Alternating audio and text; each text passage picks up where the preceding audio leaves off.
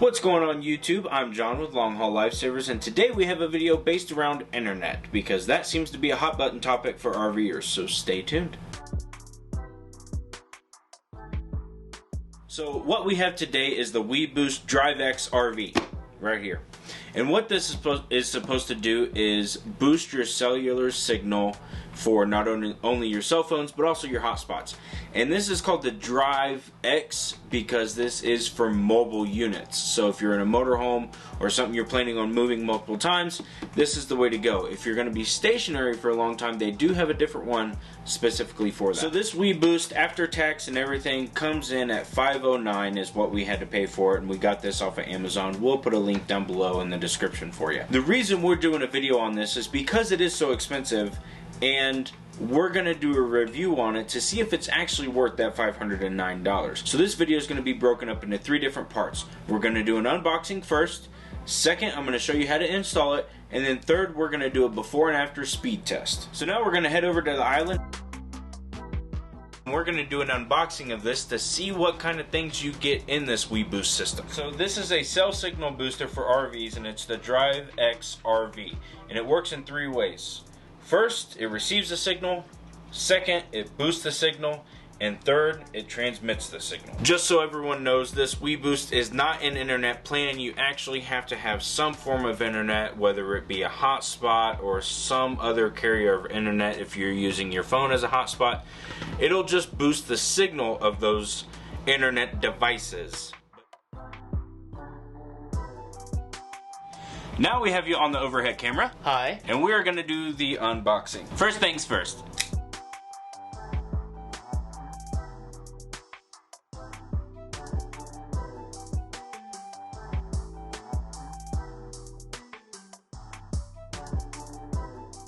We have zip ties, or what they label cable ties. Instructions, we will need those for this. Most projects I say screw the instructions, but this time we're going to need them. We have power supply, 25 foot of cable for the outside antenna, mounting bracket, cable mounts, antenna spring, the outside antenna, the inside antenna, extension pole, cable entry cover, so if you plan on drilling a hole through your RV to run the cable to the inside, this is what you'll need, and then you'll want to caulk around this. We're not going to use this though. We're going to show you a different way you can reroute that. This is the hole saw. If you do want to put a hole in your RV to run the cable through, they give you the tool to do it. And then this is the actual booster tower that is mounted within the RV. Mounting plate, power supply for the interior antenna. So Weboost not only did a very good job of packaging, but they also do a very good job of labeling so you know exactly what everything is. So the first thing you want to decide is what kind of power source you want to use. They come with 2 different adapters. So this, that is hardwired in, this is a DC to DC adapter. So if you want to power this with a DC power source and you want to hardwire it in, this is the power source you're going to use. If you're going to plug this into a wall mounted socket, this is an AC DC power supply, and this is the one you would use. So since we're going from AC to DC, this is the one we're going to use, and we're not going to use this. The tools that you're going to need are an adjustable wrench, 13mm box wrench, and blue Loctite. And it always baffled me that they put blue Loctite in a red tube and red Loctite in a blue tube. Why is that? If you know why they put blue Loctite in a red tube, please drop a comment below because I've been wondering this for a long time. So the first thing we're going to do, because it is 100 degrees outside, we're going to set as much of this up on the interior as we can before we go mount this to the outside ladder. So we're going to set up the exterior antenna first, and these are the parts you're going to need. You're going to need your tools, your antenna spring and adapter kit, extension rod, the ladder mount bracket, and the exterior antenna. And we're going to show you how to set this all up. Alright, so what we want to do first is we want to set up this extension rod and the spring that attaches to it. This is where your Loctite's going to come in. There's going to be this little piece that has a cutout here, and this is to feed the wire through that is attached to this exterior antenna. So this is going to go here, this is going to go here, this is the piece that is going to go through your mounting bracket and attach to your outdoor ladder. Just set down a paper towel because if not, your wife will yell at you. Oh my gosh.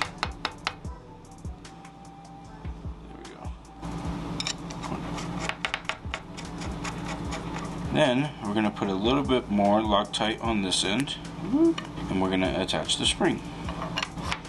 If you don't want to see how to put all this together or to install it, we have timestamped this video so you can jump straight to the end. So this comes with a little washer, and you can see it has a little lip here and the other side is flat. Now this goes on a specific way. This flat surface here goes up against closest to the spring, so when you take your mounting bracket, that little lip sits right inside that little hole so it doesn't shake around. We're going to take our nut, get it started, and we're going to put a little bit of Loctite. I need more Loctite.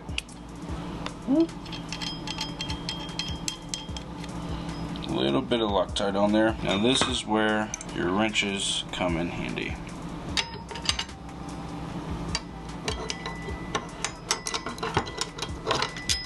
Don't want to go too tight, just get it snug. Now we're going to attach the actual outside antenna to our extension rod. And what you want to do first is try and straighten out this cable as much as possible. This is going to feed through this extension rod, and then if you have kids, use their tiny little hands. And then this cable is going to come out that hole in that adapter. We're going to take a little more Loctite. We're going to put it on these threads here. We're going to screw the antenna onto the extension rod.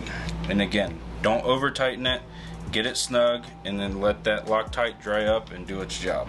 We have prepped the outside stuff as much as possible, and it started to rain a little bit, so we are going to set the exterior antenna aside, and we're going to finish setting up the interior. Then hopefully the rain's done and we can go mount this to the ladder. So we're going to go ahead and do the majority of the interior stuff. Now this 25-foot cable, this is going to go from your exterior antenna into your interior.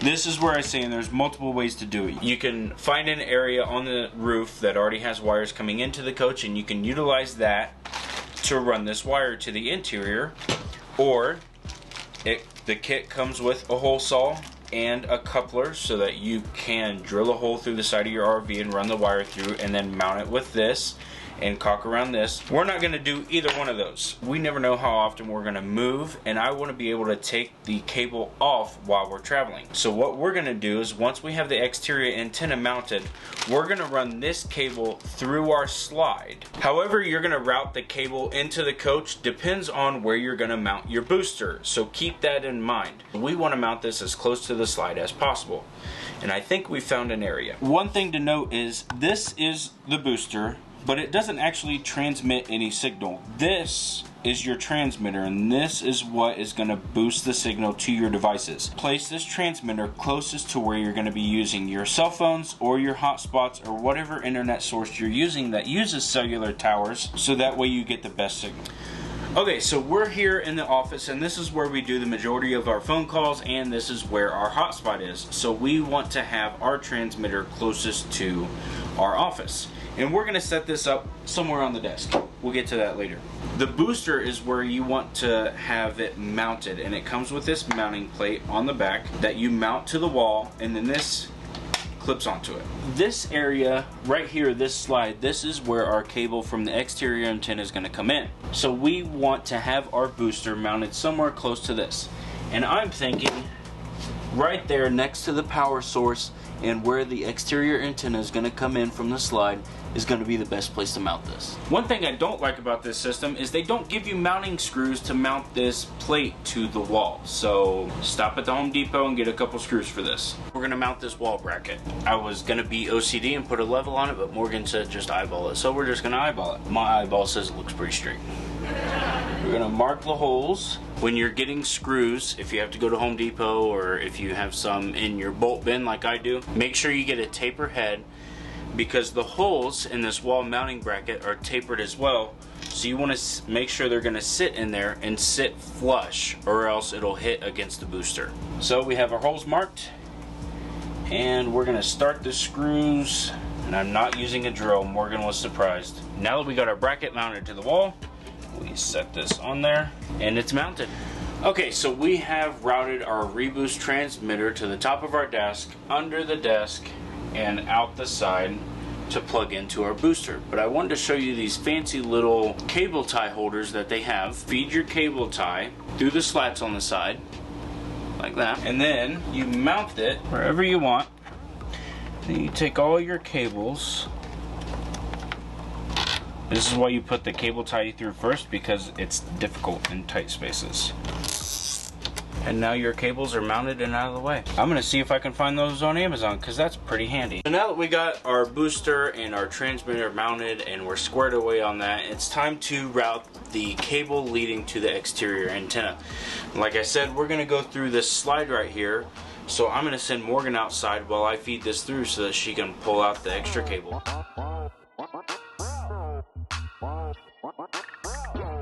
So now that we're outside, we are going to mount the external antenna, but instead of taking you up top and me only having two hands and not being able to hold the camera, I'm going to show you how this attaches at the ground level, and then you'll just translate the same process to the top of your RV. We have this little adapter here. When you're up top, it's going to sit like that with this claw piece here. U-bolt goes around. See, this is why we didn't do it up top, because I don't have enough hands. And it's gonna mount like that. And you're gonna put your screws and your lock washers and nuts and all that stuff on there, and that's how it's gonna mount. And then you take this little piece, and that's what attaches to the cable that's ran to the inside booster. So make sure to mount it on the back of the ladder, so that way you're not past max legal height. So we were gonna actually mount it on top of the roof on the side of the ladder, and then we decided that that would put it taller than our ACs, and our ACs are at max legal height. So we're gonna mount it on the back so that it's short enough.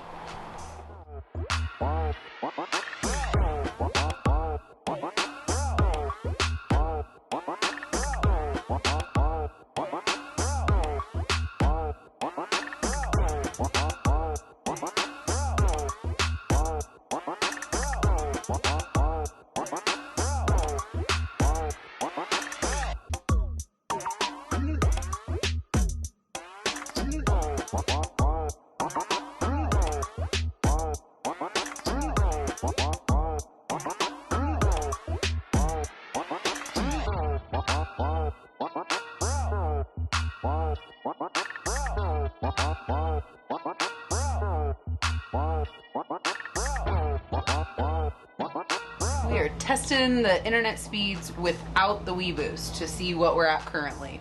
Reminder, this is mobile internet, so it's running off of cell phone towers. It's actually pretty strong tonight.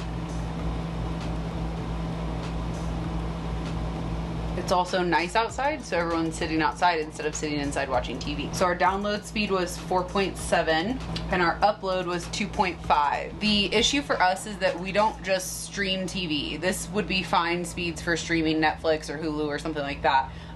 With John's job, he brings in CAD files and has to upload things to the cloud, and it's just too much for the internet to handle. So now we're going to try it with the Weboost and let y'all know whether or not the $510 we spent was worth it. So we've run a bunch of speed tests now with it plugged in, and I'm really sad to say, guys, but I think that this product is a flop.